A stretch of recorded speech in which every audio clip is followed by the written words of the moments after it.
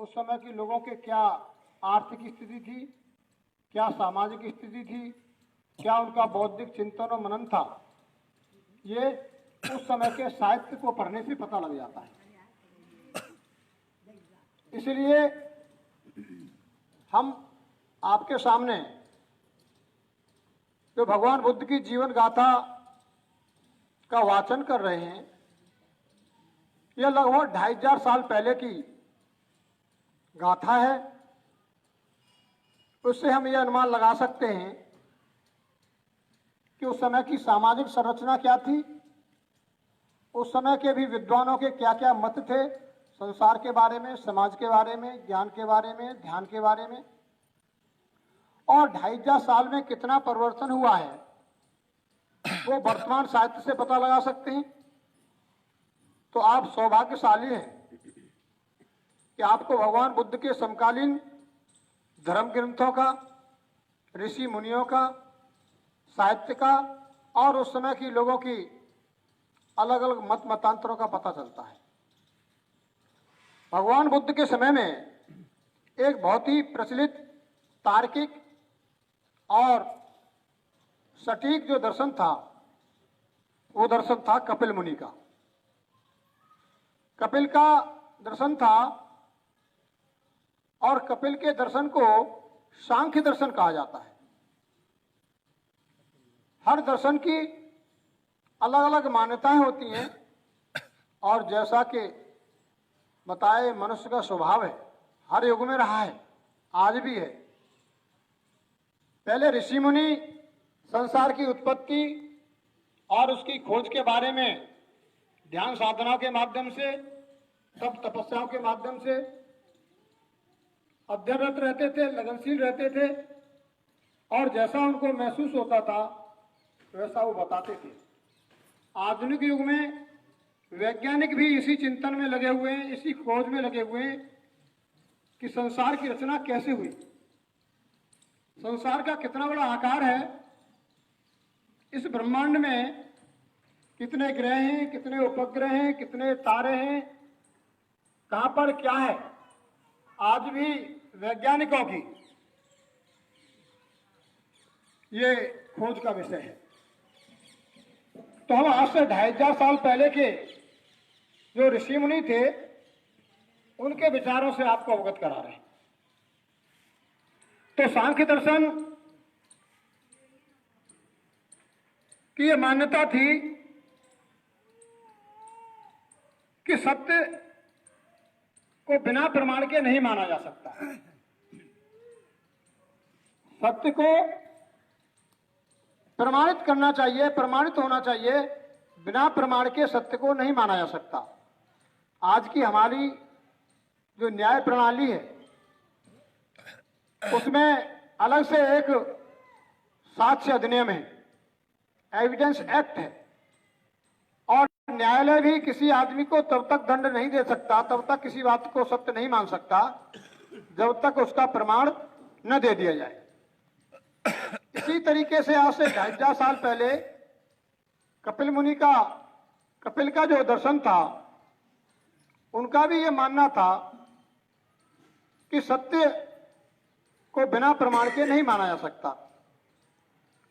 और सत्य के प्रमाण के बारे में उनका मानना था कि प्रमाण 2 प्रकार के हो सकते हैं।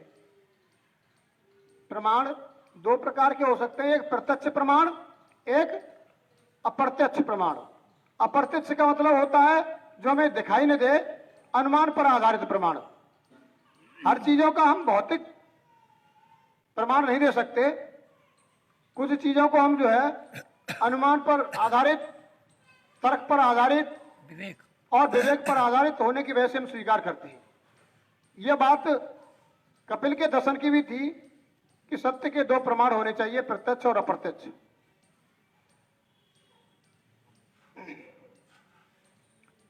सत्य के सिद्ध करने के लिए कपिल ने 2 प्रमाण स्वीकार किए, प्रत्यक्ष और अनुमान। प्रत्यक्ष प्रमाण का मतलब है मन के माध्यम से विद्वान वस्तु की जानकारी। किसी ने हमारे सामने कोई प्रमाण पेश किया और हमने उसे मान लिया। किसके आधार पर मानते हैं आप? अपने बुद्धि और मन के आधार पर कि हाँ वही सत्य है। एक होता है अनुमान के आधार पर, वो प्रमाण तो नहीं दे रहा लेकिन कुछ तर्क दे रहा है, कुछ तर्क दे रहा है, कुछ विवेकपूर्ण बात कह रहा है, उससे भी हम कहते हैं कि हाँ आपकी बात सत्य है। तो उनको समझाते हुए कहते हैं कि कार्य से कारण का अनुमान, प्रत्यक्ष की बात तो बता दी कि जो हमें आंखों से देख सकते हैं, मन से समझ सकते हैं, उसे स्पर्श कर सकते हैं, वो प्रत्यक्ष प्रमाण हो गया। और जिसे हम स्पर्श नहीं कर सकते, आंखों से नहीं देख सकते, केवल विवेक के आधार पर ही, तर्क के आधार पर ही हम उसे स्वीकार करते हैं, वो अनुमान पर आधारित प्रमाण होता है। जैसे कार्य से कारण का अनुमान लगाना, कहीं कोई कार्य हुआ और हमने उसके कारण हुआ, कारण से हम कार्य का अनुमान लगा सकते हैं। जैसे बादलों के अस्तित्व में वर्षा का अनुमान, जब बादल घनघोर छा जाते हैं तो आदमी क्या कहता है, वर्षा होने वाली है। ये दिखाई तो नहीं दिया, न सामने प्रमाण आया, लेकिन अनुमान लगाया। और अनुमान काय के आधार पर लगाया, बादल छा गए, बादल छाना कारण है, और कारण से अब कार्य का अनुमान लगाया जा रहा है कि वर्षा होने वाली है, कार्य होने वाला है कारण से। यह अनुमान पर आधारित है। आगे वो कहते हैं कार्य से कारण का अनुमान, जैसे घाटी में नीचे नदी में बाढ़ दिखाई देने पर ऊपर पहाड़ पर वर्षा होने का अनुमान होता है।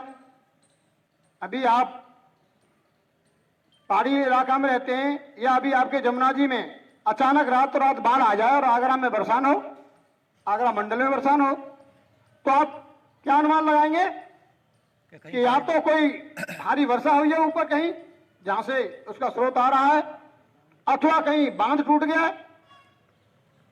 यानी उस कार्य से आपने कारण का पता लगा रहे हैं, और आपका कारण सही होगा, क्योंकि या तो वर्षा भारी हुई है अथवा कहीं रुका हुआ पानी छूट गया है। तो इसलिए हम कार्य से भी कारण का पता लगा सकते हैं। और आगे वो बताते हैं कि सदृश्य के आधार पर अनुमान, सदृश्य माने जिसे हम देख करके अनुमान लगा सकते हैं कि कोई चीज परिवर्तित हुई है, एक स्थान से दूसरे स्थान पर जाने से भी हम पता लगा लेते हैं कि अमुक आदमी वो वहां नहीं है, वो यहां आ गया है। जैसे हम तारों की गति के अनुमान लगा लेते हैं कि ध्रुव तारा सुबह कहां पर होता है, सप्तऋषि मंडल कहां पर होता है। इसी तरीके से हम चांद और तारों की गति से भी अनुमान लगा लेते हैं कि ये गतिशील है, स्थिर नहीं है। उनके स्थान परिवर्तन से हम पता लगा लेते हैं। उनका अगला सिद्धांत सृष्टि की उत्पत्ति और उसके कारण से संबंधित था। ये तो सत्य के बारे में अभी आपको बताया कि सत्य को अनुमान के आधार पर और भौतिक तत्व के आधार पर जाना सकता है। अब कपिल का अगला सिद्धांत है कि सृष्टि की उत्पत्ति कैसे हुई। यह बहुत ही जिज्ञासु प्रश्न है, हर आदमी के मन मस्तिष्क में रहता है, और जब से अभी तक बना हुआ है कि सृष्टि की उत्पत्ति और उसके कारण से संबंधित था। कपिल ने इस सिद्धांत को अस्वीकार किया कि किसी सृष्टिकर्ता ने सृष्टि की रचना की है। कपिल मुनि ने इस बात को नहीं स्वीकार किया कि संसार को रचने वाला कोई है, उन्होंने इस बात को स्वीकार नहीं किया। उनका मत था कि उत्पन्न वस्तु पहले से ही अपने कारण में विद्वान रहती है। जो भी हमें वस्तु दिखाई देती है वो जो है अपने कारण से पहले ही उसमें निहित होती है। उदाहरण देते हुए वो समझाते हैं,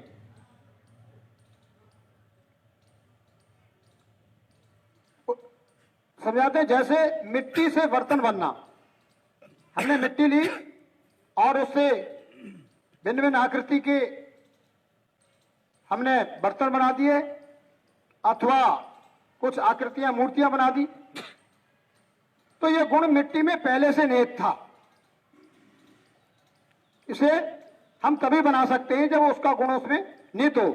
जैसे अभी हम जो है फर्नीचर बनाए, कारपेंटर जो है फर्नीचर बनाए, उसमें से लकड़ी की बहुत सारी आकृतियां बना सकता है। सोफा बना सकता है, चारपाई बना सकता है, कुर्सी बना सकता है, और भिन्न भिन्न प्रकार की कला आकृतियां बना सकता है, चिड़ियां बना सकता है। तो बना क्यों सकता है वो? क्योंकि उस लकड़ी में पहले से वो गुण निहित है। इसलिए कपिल का मानना था कि ईश्वर इसका बनाने वाला कोई अन्य शक्ति नहीं, बल्कि जो पहले से विद्वान तत्व हैं उनमें उसका गुण निहित है। जैसे धागे से कपड़ा बनता है और उससे भी पहले कपास में ये गुण निहित है। हमें कपास दिखाई देती है, लेकिन उसमें गुण निहित है कि इससे धोती बन सकती है, शर्ट बन सकती है, धागा बन सकता है, बहुत सारी चीजें बन सकती हैं। लेकिन वो भिन्न भिन्न तरीके से जब हम उसकी प्रक्रिया अपनाते हैं तब उसके गुण निकल करके आते हैं। इस प्रथम आधार पर कपिल ने इस सिद्धांत को अस्वीकार कर दिया कि किसी सृष्टिकर्ता ने सृष्टि की रचना की है। कपिल का मानना था कि संसार को कोई रचने वाला है। मैं इस बात को स्वीकार नहीं करता, यह कपिल का कहना है। और भगवान बुद्ध इस बात को अपने समकालीन अपने अनुयायियों को बता रहे हैं कि कपिल ने सृष्टि रचयिता की बात को अस्वीकार कर दिया। उन्होंने इस बात को माना कि सृष्टि का जो विकास हो रहा है उसका कारण उसमें पहले से ही निहित है, अलग से कोई शक्ति नहीं है, अलग से कोई ईश्वर जैसा या कोई महान व्यक्ति नहीं है। लेकिन कुछ अन्य आधार हैं जिन्हें अपने अपने दृष्टिकोण के समर्थन में प्रस्तुत किया और वो आगे अपने कुछ दृष्टांतों से समझाने का प्रयास करते हैं कि अस्तित्वहीनता कभी किसी कार्य का विषय नहीं हो सकता। उन्होंने कहा है कि जिस चीज का कोई अस्तित्व नहीं है वो अस्तित्ववान चीज को पैदा कैसे कर सकती है। यानी कोई वस्तु बिना किसी वस्तु के पहले से विद्वान होने के किसी वस्तु की उत्पत्ति नहीं हो सकती। यानी कुछ न होते हुए कुछ पैदा नहीं हो सकता। कुछ होगा तो कुछ पैदा होगा, जब कुछ है ही नहीं तो कुछ पैदा कैसे होगा। तो अस्तित्वहीनता कभी किसी कार्य का विषय नहीं हो सकती। वास्तव में नई उत्पत्ति कुछ होती नहीं है। कपिल का मानना है कि नई वस्तु कुछ उत्पन्न होती नहीं, बल्कि वस्तु सामग्री के अतिरिक्त और कुछ नहीं है जिसमें वह निर्मित हुई है। यानी हमें जो भी पदार्थ दिखाई देते हैं वो उसमें परिवर्तित होती है, विकसित होती है, उसका रूप परिणत होता है। अपने अस्तित्व में आने से पहले उस सामग्री में के रूप में विद्वान रहती है जिसमें उसका निर्माण होता है। किसी एक निश्चित सामग्री से किसी एक निश्चित वस्तु का निर्माण हो सकता है। केवल एक निश्चित सामग्री ही किसी निश्चित वस्तु के रूप में परिणत को प्राप्त होती है। हमें कुछ भी दिखाई देता है नया निर्माण, वो उसका पहले से ही किसी न किसी रूप में विद्वान होती है। उसी का परिवर्तित रूप हमें वैज्ञानिकों के द्वारा अथवा उसमें स्वयं ही विकसित होने का गुण होता है, जिससे हमें उसके भिन्न भिन्न आकार दिखाई देते हैं। फिर वो इस अनुभूति संसार का मूल स्रोत क्या है। और संसार में उन्होंने दो तरीके की बातें होती हैं। एक तो वो जो दृश्यमान है, जिसे हम देखते हैं, जिसे हम छू करके स्पर्श कर सकते हैं, अपनी इंद्रियों से स्पर्श कर सकते हैं। लेकिन एक और संसार है। वो संसार क्या है? आपके जैसे आप सारे सत्संग में हमारे सभी ऋषि मुनियों ने, संतों ने माना है राग, द्वेष, माया, मोह, यह किससे निर्मित होता है? अगर आपके मस्तिष्क में राग, द्वेष, माया, मोह, लोभ, मोह न हो तो क्या आपका शरीर गतिमान होगा? यह शरीर तो 5 तत्वों से बन गया और उन 5 तत्वों की वैज्ञानिक तरीके से विश्लेषण कर दिया कि सांस चल रही है, हवा हो गई, शरीर है मिट्टी, हाड़ मांस का ये मिट्टी हो गई, पानी की मात्रा ये पानी हो गया, हमारे शरीर में अग्नि है जिससे हमारा खाना पचता है, वो ऊष्मा हो गई, और हमारा मस्तिष्क अनंत है, इसके आकार को हम नहीं बता सकते कि इसमें कितनी मेमोरी आ सकती है, कितनी बड़ी चिप है, इसकी थाई पता नहीं लगती, कितना सोचेगा, इसे आकाश तत्व हो गया। लेकिन मोह, लोभ, करुणा, ये भाव कहां से पैदा हुए, किस तत्व से पैदा हुए? दो तरीके का संसार हो गया ना। एक तो वो संसार जो भौतिक पदार्थ हमें दिखाई देता है, जिसे हम छू सकते हैं और अनुमान लगा सकते हैं, आंखों से देख सकते हैं, इंद्रियों से देख सकते हैं। लेकिन न तो हम मोह को, लोभ को, तृष्णा को देख सकते हैं, न स्पर्श कर सकते हैं। और उनकी कैसे उत्पत्ति हुई? वो कौन से तत्व में से हुई? 5 तत्वों में से पैदा हो गई। लेकिन वो संसार में जो अदृश्य है वो कैसे पैदा हुआ? तो फिर अनुभूति संसार का स्रोत क्या है? उसका स्रोत क्या है? कपिल का कहना था कि अनुभूतिक संसार दो चीजों से बना है, व्यक्त वस्तुएं और अव्यक्त वस्तुओं का स्रोत नहीं हो सकती। कपिल मुनि का कहना है कि दो तरीके की वस्तुएं, अव्यक्त और व्यक्त। व्यक्त वस्तु वो जिसके बारे में हम वर्णन कर सकते हैं, जो देख सकते हैं, स्पर्श कर सकते हैं, जिसमें सारे पदार्थ आते हैं, वनस्पति आती है, जीव आते हैं। और एक अव्यक्त वे वस्तुएं होती हैं जिन्हें हम छू नहीं सकते और उनके बारे में बहुत सारे लोग व्याख्या भी नहीं कर सकते। तो उनका मानना है कि जो अव्यक्त संसार है, व्यक्त संसार उसका स्रोत नहीं हो सकता। पांच तत्वों में से भावना पैदा हुई हो, राग पैदा हुआ हो, तृष्णा पैदा हुई हो, मोह लोभ पैदा हुआ हो, ये उनके स्रोत नहीं हो सकते। ये मिट्टी से पैदा नहीं हो सकती, धरती से नहीं हो सकता, सूर्य से नहीं हो सकता, जल से नहीं हो सकता। आखिर ये किससे पैदा होता है? ये उन्होंने दो तरीके की संसार की रचना बताई और यह भेद किया कि अदृश्य जो संसार है वो दृश्यमान उसका मूल स्रोत नहीं हो सकता।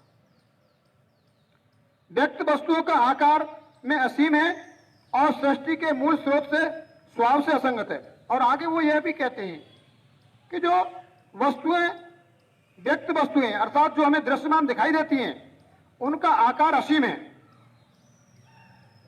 हमें जैसे संसार दिखाई, ब्रह्मांड दिखाई दे रहा है, लेकिन इसके आकार की हम परिकल्पना नहीं कर सकती, इसकी लंबाई चौड़ाई नहीं बता सकते। ना आज तक कोई वैज्ञानिक बता पाया है, ना कोई धर्मशास्त्र बता पाया है, ना कोई ऋषि मुनि बता पाया है कि कितने किलोमीटर है लंबाई और चौड़ाई। और बहुत सारे पर्वतों के बारे में भी अनुमान लगाते हैं, लेकिन सही सही नाप तौल उनकी भी नहीं है। हम नाप के तौल करके उन्हें बताएंगे, पता लगा कि 6 महीने में उसमें परिवर्तन हो जाता है। पता लगा क्षण परिवर्तन हो रहा है, या तो घट रहे हैं या बढ़ रहे, परिवर्तनशील है। तो उनका कहना है कि व्यक्त वस्तुएं अर्थात दृश्यमान वस्तुएं आकार में असीम है और ये सृष्टि के मूल स्रोत का स्वभाव से असंगत है। अगर कुछ ऋषियों का मानना है कि किसी ने ये बनाई है तो उस बनाने वाले ने हर एक का आकार भी सुनिश्चित नहीं किया, और जब आकार भी सुनिश्चित नहीं किया और उसका फिर कितना बड़ा आकार होगा जो इसे बनाता है।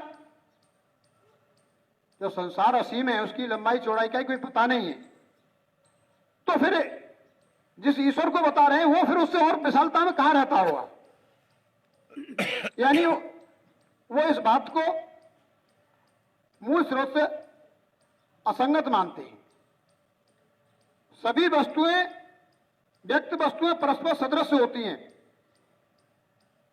इसलिए कोई भी एक व्यक्त वस्तु किसी दूसरी व्यक्त वस्तु की अंतिम स्रोत नहीं मानी जा सकती। और फिर क्योंकि वे स्वयं किसी एक ही मूल के स्रोत उत्पन्न होती हैं, इसलिए वे स्वयं मूल स्रोत नहीं हो सकती। आगे कपिल मुनि का तर्क है कि अगर जो दृश्यमान चीजें हैं, एक दृश्यमान वस्तु दूसरी दृश्यमान वस्तु की मूल स्रोत नहीं हो सकती। जैसे पानी, पहाड़ का मूल स्रोत नहीं हो सकता कि पानी की वजह से पहाड़ पैदा होता हो, या पानी की वजह से पृथ्वी मतलब जो है पृथ्वी पैदा होती हो, या पानी की वजह से सूर्य पैदा होता हो, ताप पैदा होता हो। यानी एक दूसरे का मूल स्रोत नहीं हो सकता। फिर वो कहते हैं, लेकिन फिर भी लोग ये कहते हैं कि संसार की रचना एक ही चीज से हुई है, एक ही परमात्मा से हुई है, कोई मूल कारण एक ही है।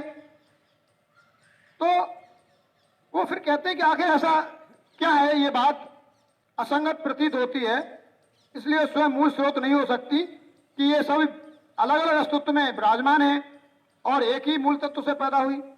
यह भी तार्किक बात सांख्य दर्शन के मानने वाले कपिल को उचित प्रतीत नहीं होती।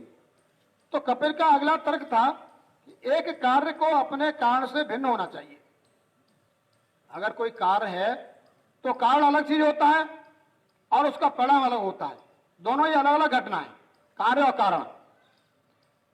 यद्यपि उस कार्य में कारण नियत रहती है। जब ऐसा ही है तो विश्व स्वयं ही अंतिम कारण नहीं हो सकता, इसे किसी अंतिम कारण के परिणाम होना चाहिए। अगर कार्य से कारण का सिद्धांत भी मान लिया जाए, जैसे बादल होने से बारिश हुई, पानी अलग चीज है लेकिन वो कारण अलग रहा। तो अगर ईश्वर ने संसार की रचना की है, अगर ईश्वर को ही कारण मान लिया जाए तो संसार से ईश्वर अलग रहा। कारण का भी कारण होना चाहिए। और फिर ईश्वर किस कारण से अस्तित्व में आया, ईश्वर किन कारणों से अस्तित्व में आया या किस कारण से इस संसार की रचना हुई, वो दोनों अलग अलग होने चाहिए। इस तरीके का उनका बहुत ही तार्किक दर्शन था। जब पूछा गया उनसे कि आप बताएं आपका इसमें क्या विचार है, तो वो अपने कपिल विचार व्यक्त करते हुए बताते हैं कि व्यक्ति की अनुभूति क्यों नहीं होती, इसकी कोई भी क्रिया इंद्रिय गोचर क्यों नहीं होती। यह सवाल किया जा रहा है इस बात पर कि दृश्यमान को मान लिया कि उसका कारण उसमें निहित है, लेकिन जो अदृश्य संसार है, जो व्यक्ति के मस्तिष्क में चेतना में आता है, लोभ मोह, इसे अदृश्य संसार कह रहा हूं मैं। अदृश्य संसार बोलूं तो समझ लेना हम भावनात्मक जो बातें हैं, सुख दुख अनुभूति लोभ मोह, उसकी बात कर रहा हूं। तो वो कहते हैं, पूछता है कोई तब कि अव्यक्त की अनुभूति क्यों नहीं होती, इसकी कोई भी क्रिया इंद्रिय गोचर क्यों नहीं होती, ये हमें दिखाई क्यों नहीं देता। बाकी संसार तो दिखाई देता है, लेकिन लोभ मोह ये हमें स्पर्श नहीं होता, दिखाई नहीं देता, जिससे कि इसका अनुभव किया जा सके। तो कपिल उत्तर देते हैं, ऐसा अनेक कारणों से हो सकता है, ऐसा अनेक कारणों से हो सकता है। अनेक दूसरी वस्तुओं की तरह जिनके अस्तित्व में कोई शंका नहीं है, उनका अच्छा स्वभाव इन्हें अति सूक्ष्म बना देता है और उनकी अनुभूति नहीं होती, और अनुभूति में कोई एक तीसरी वस्तु बाधक होती है। किसी उसी आकार जैसी वस्तु का मिश्रण हो, अथवा किसी तीव्र वेदना के कारण अनुभूति नहीं होती, अथवा अंधेपन किसी अन्य इंद्रिय दोष के कारण अनुभूति न होती हो, दृष्टा की मस्तिष्क की विफलता के कारण भी अनुभूति न होती हो। वो कहते हैं कि अदृश्य चीज भी हमें इसलिए अनुभूति नहीं होती, इसमें कोई न कोई या तो उसका ऐसा गुण जो अति सूक्ष्म है, जो हमारी दृष्टि दोष के कारण हमें दिखाई नहीं देता। जैसे वर्तमान में कोरोना है और कोरोना का तस्वीर भी दिखाई जाती है आपको, लेकिन वो हमें दृष्टिगोचर नहीं होता, न हमें अनुभूति हो पाती है। हमें जब अनुभूति हो पाती है जब हमारी शरीर में वेदना पैदा करता है, लेकिन उससे पहले वो दिखाई नहीं देता। तो ये काहे का दोष है, हमारा दृष्टि दोष है।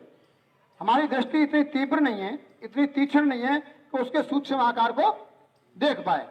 इसी तरीके से कभी कभी आपने देखा है कि आदमी की वेदना ज्यादा होती है, कष्ट में ज्यादा होता है, तो उसे छोटी मोटी बातें और सुखकर बातें अनुभूति नहीं हो पाती। तो ये जो है दृष्टि दोष है। हम पूज्य भंते जी ने समय का हमें एहसास कराया और आपको आज हमने इतना बताया कि संसार की दो तरीके की संरचना है, एक दृश्यमान एक अदृश्य, जो मस्तिष्क में जिन्हें हम विकार कहते हैं, विचार कहते हैं, और वो हमें क्यों दिखाई नहीं देते, उसके पीछे दृष्टि दोष होता है। ये कपिल मुनि का मानना है। आगे वो इसको और कैसे व्याख्या करते हैं ये हम आपको कल बताएंगे। आप लोगों ने धैर्यपूर्वक सुना, इसके लिए मैं आप सबकी मंगल कामनाएं करता हूं। भवतु सब्ब मंगलम, भवतु सब्ब मंगलम। सा